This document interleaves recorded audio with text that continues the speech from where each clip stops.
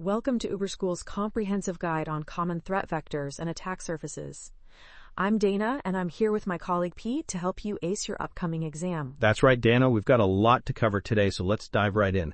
Remember, folks, understanding these threats is crucial for developing effective defenses in the cybersecurity world. Absolutely, Petey. Let's start with message-based threats. These are some of the most common and dangerous threats out there. First up, we have email threats. These crafty cybercriminals often use spoof addresses, malicious attachments, or deceptive links to compromise systems or steal information. Exactly, D-Man. For example, a cybercriminal might impersonate your bank, urging you to verify your account details. It's a classic phishing technique, but emails aren't the only message-based threat we need to worry about. We also have SMS-based attacks, or snitching, as the cool kids call it. Right you are, P-Dog. Smishing uses text messages to trick users into revealing sensitive information or clicking malicious links. The perceived trustworthiness of SMS can make these attacks surprisingly effective. And let's not forget about instant messaging, IM threats. Oh, those are sneaky ones, Dana. IM platforms can be used to distribute malware, conduct phishing attacks, or exploit vulnerabilities in the IM software itself. The casual nature of IM can lower users' guard against potential threats. Now, Pete, let's move on to image-based threats. One fascinating technique is steganography in attacks. It's a method where attackers hide malicious code or data within image files. This can bypass security controls that don't inspect image contents thoroughly. That's some James Bond level stuff right there, D-Meister. And don't forget about malicious QR codes. These can direct users to malicious websites or trigger harmful actions when scanned. Their increasing use in legitimate contexts makes them an attractive vector for attackers. Speaking of attractive vectors, Pete, did I ever tell you about the time Marcus Cooper created a QR code so complex it took 3 days to scan? He claimed it contained the secret to eternal youth, but it just led to a Rick Astley video. Classic Marcus. But let's get back on track, Dana. We've got file-based threats to discuss. Malicious documents, such as PDFs or Office files, can deliver malware through macros, exploits, or embedded objects. They often appear harmless, making them particularly dangerous. Absolutely, Petey. And don't forget about infected media files. Images, audio, or video files can be crafted to exploit vulnerabilities in media players or associated libraries, potentially leading to system compromise. Now let's talk about voice call threats. Vishing, or voice phishing, uses phone calls to manipulate victims into revealing sensitive information or taking harmful actions. Attackers may impersonate trusted entities or use automated systems. And don't forget about call spoofing, P-Man. That's where attackers can fake caller ID information to appear as legitimate entities, increasing the likelihood of successful social engineering attempts. All right, UberSchool students, it's time for a quick quiz question. Which of the following is not a common message-based threat? A. Email phishing. B. Smishing. C. Smishing. C. Vishing. D. Instant messaging attacks. Take a moment to think about it. The correct answer is C, vishing. While wishing is indeed a threat, it's not message-based, it's a voice call threat. Remember, folks, details matter in cybersecurity. Great point, Pete. Now let's move on to removable device threats. USB attacks are a prime example. Malicious USB devices can be used to directly infect systems, steal data, or exploit auto-run features. They may masquerade as legitimate devices like keyboards or network adapters. And don't forget about external hard drives, Dana. They pose similar risks.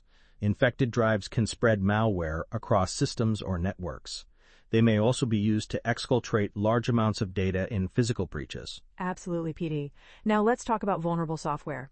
We distinguish between client-based vulnerabilities, which exist in software installed on user devices, and agentless vulnerabilities, which affect systems without requiring installed software.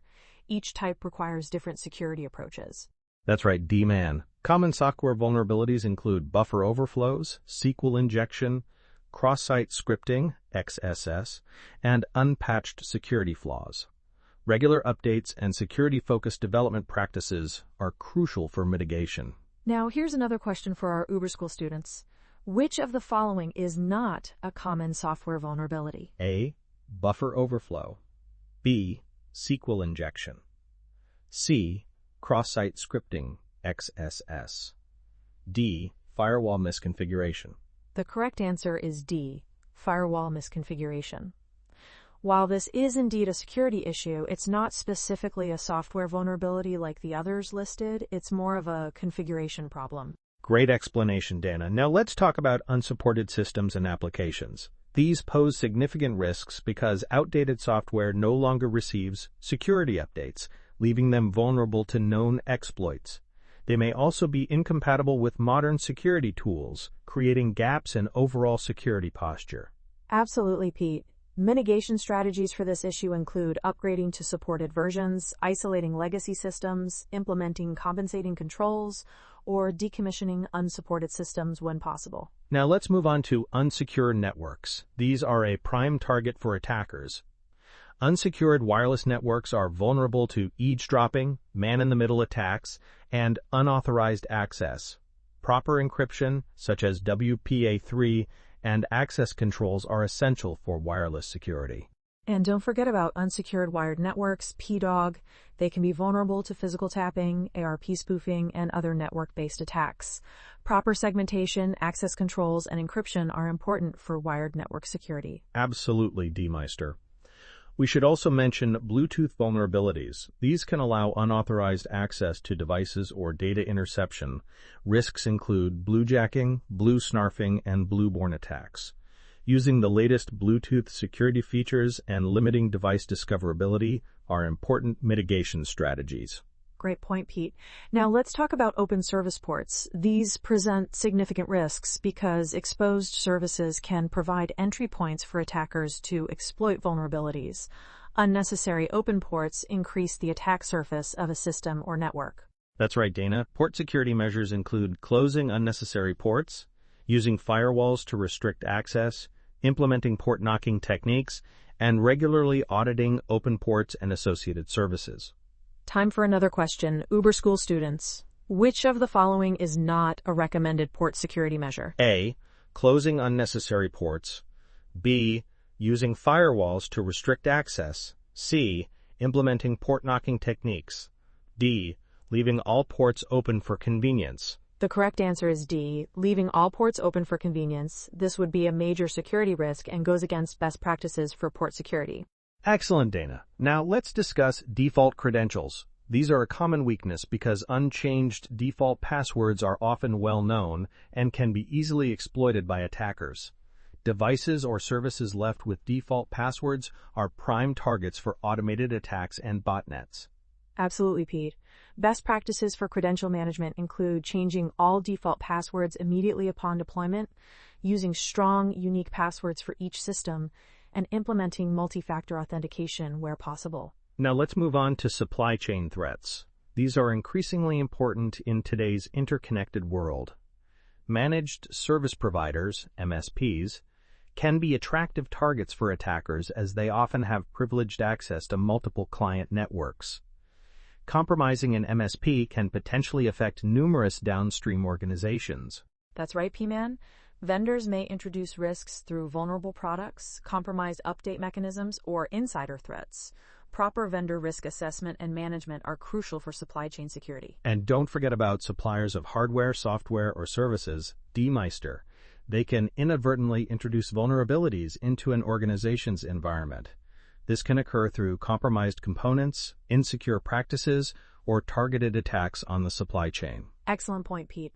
Now let's wrap up with human vectors and social engineering.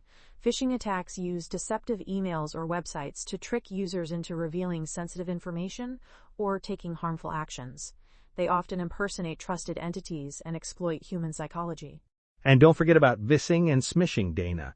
Vishing uses phone calls to manipulate victims, while smishing uses SMS or text messages for similar purposes. Misinformation and disinformation campaigns can manipulate individuals or organizations, leading to poor decision-making or creating opportunities for more direct attacks. Absolutely, Pete. Other sophisticated social engineering techniques exclude impersonation, business email compromise, pretexting, watering hole attacks, brand impersonation, and typo-squatting. All of these exploit human trust and behavior to breach security. Now, for our final UberSchool question, which of the following is not a social engineering technique? A. Phishing. B. Pretexting. C. Watering hole attack. D. Buffer overflow. The correct answer is D. Buffer overflow. While this is a serious security vulnerability, it's not a social engineering technique. It's a type of software vulnerability that attackers can exploit. Great explanation, Pete. As we wrap up this UberSchool session, remember that understanding these threats is the first step in developing effective defenses. Stay vigilant, keep learning, and always be prepared to adapt to new threats. Absolutely, Dana. And to all our UberSchool students out there, we hope this comprehensive overview of common threat vectors and attack surfaces has been helpful. Remember, cybersecurity is an ever-evolving field, so never stop learning and updating your knowledge. That's right, Pete. And always remember, as my old friend Marcus Cooper used to say, in the world of cybersecurity, paranoia is just good planning. Until next time, this is Dana and Pete, signing off from UberSchool.